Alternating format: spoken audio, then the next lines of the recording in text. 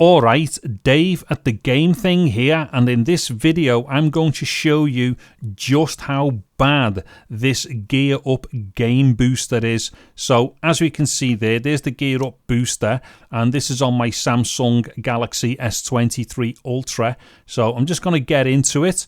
Now what I'm going to do first of all is do this boost thing, because it definitely looks very impressive, because it looks like it's actually reducing your ping and your latency by a lot. However, that is not what it's doing, and I will show you that once I get into the game. So just going to tap on boost here, and as you can see it's doing this thing that looks dead impressive. And then look at that, 20 milliseconds. How cool is that? Anyway, so I'm going to go on to opening the game here. Now the other thing here, actually, this is assuming that it does get into a game, because as we can see here, I'm actually going into Warzone, but sometimes what happens is you get into Warzone, and then when you try to get into a game, it comes back with an error because it won't connect. So although Warzone, you've entered it, because of this VPN, Warzone still won't allow you to play certain games. Anyway, so what I'm going to do, I'm just going to go into the quads match here, and I'll explain shortly what I'm going to do, but let me just tap on play here. Yeah, there we go, look at that. Your connection quality is not sufficient to play. Servers may not be available in your region yet. Error cause blah blah blah. Now here's the weird thing.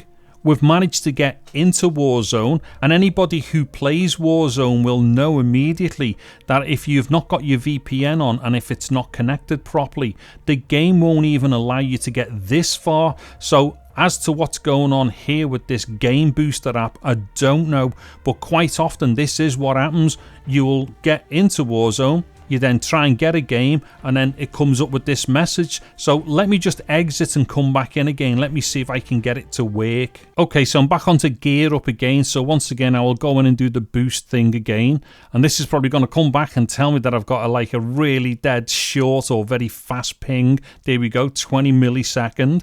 So I'll enter Warzone again. Now, like I was just saying, anybody who plays this knows that even at this point, it won't allow you to go any further unless your VPN is connected. So why it does that error message after you've gotten into the game is obviously a problem with this GearUp game booster. So let me just get past this point here. Okay, I'm just going to go back again, try and get into this quads game. Let's see what happens now. There you go, look, see, so this time it's decided to play ball. Anyway, what I'm going to do is just briefly explain what I'm going to do here. So what happens is this 28 milliseconds that we can see is mega impressive. I think I might have said before, usually I'm on between 60 to 90 or even 100 milliseconds with like the better of the VPNs that I use. And even then, that can be affected by time of day and also the game mode and stuff. So this 28 milliseconds is a lot faster than what I'm used to, like, you know, connecting with as far as like me other VPNs are concerned. However, what happens here is that there are massive delays from your actions from like your controller or your input, whether you're on touch or on a controller, to what actually happens on screen. So it's definitely that kind of latency delay thing that you would definitely get when you're on a bad connection.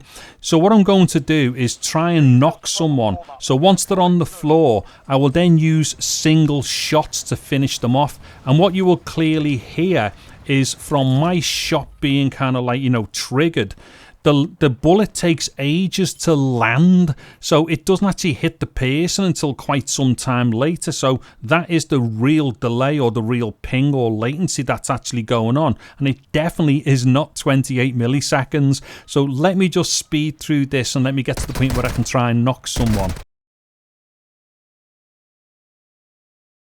Okay, so I'll try and get this person here. It's like saying I'm going to try and knock them first. Okay, so they're knocked, and actually that took me some time because I'd already hit them with enough bullets to kill them. Now watch this. So, oh, look at that. Oh, wow. Did you see that jump then? This is what I'm saying. The service is terrible. That was just jumping all over the place with the frames. But check this out. When I like fire the gun, you'll hear the shot fire, but listen to how late it is before it lands. Listen to how late that is. It's ridiculous. I'll do it again. Okay, the guy died straight away there, actually. He was already going to die. Right, what I'm going to do is try and track somebody else down and do the same thing.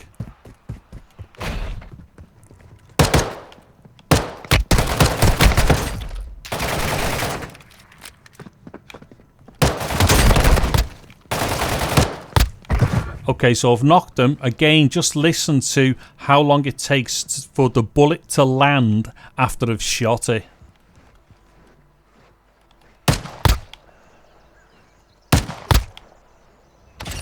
Oh wow, did you see that big jump there in the frames? That's another problem that I get with this program. Hold on.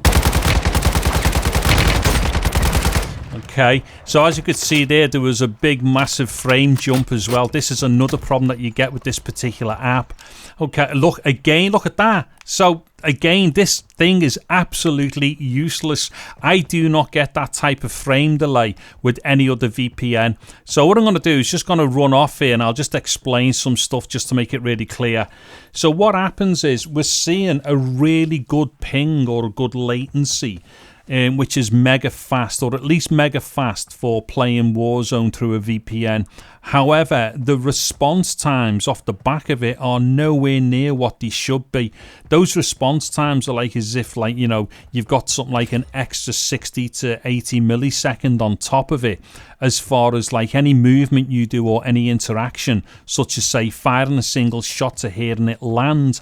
Now, the reason why this is a big problem is because if you're playing against like real people who are very competitive and not playing against bots and stuff, you do not have, like, you know, basically enough time to land your shots on them, because what you're seeing on screen isn't actually where the game is up to, because you're lagging behind. I mean, this is typical lag, which most people understand, but the problem is here is that lag like that, you would normally associate it with a very high ping rate, and that's the problem.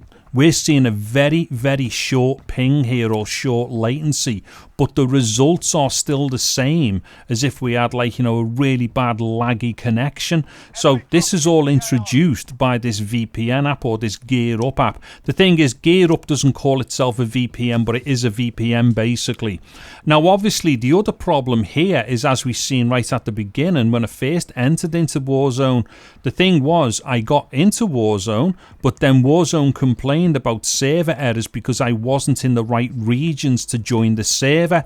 Now, that is something that I have never seen before, because as anybody who plays this game will know, once you're on a VPN that is connecting to the right servers and stuff, you get into the games no matter what. It's either you don't get into Warzone at all, or like you get in and then you get a game. Got nothing to do with the latency or anything at that point. But what we've seen with this app is that we clearly entered into the game, and then Warzone gave us errors to do with the fact that we couldn't join in because we were not in the right location for the server. So I have not got a clue how that works. Now, there is just one last thing I want to mention here, and it's just something that I'm going to hazard a guess at here. I think when we see this really impressive latency, which is what, 28 milliseconds finally into the game, I think what that is, that's the latency between me and the VPN. But then on top of that, what we're not seeing is the time taken from the VPN to the Warzone server, and that time taken is what we are feeling with that latency or lag or ping or whatever you want to call it. So this is the problem. I think what's going on here is this particular service is basically bullshitting, if you know what I mean. So it's showing you really good numbers, which are the numbers between you and the VPN, but it's not then showing you the true figure for your overall latency or ping or delay between you and the Warzone server. And don't forget, this sitting in the middle with the VPN has to do two things. It has to go to it and from it. So it's the accumulation of all of that latency and delay and stuff within the ping ping level, which is causing these problems, or at least that's the way I'm seeing it anyway. Anyways, I could carry on moaning about this all day long, but we've already seen a number of clear examples here of some of the issues. So just quickly, one is you don't always enter into a game, even though it's saying you are connected to the correct VPN to enter the game.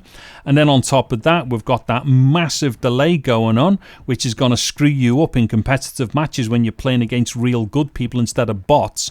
And then, as we also seen, there was a load of weird frame jumping and stuff like that, and all kinds of weird spikes going on. And that was not the phone, that was actually the connection with the internet. Anywho, if you've liked the video, please do give it a thumbs up. A sub to the channel would be absolutely awesome. I'm Dave at The Game Thing. Thank you very much for watching this video. Take care and goodbye now.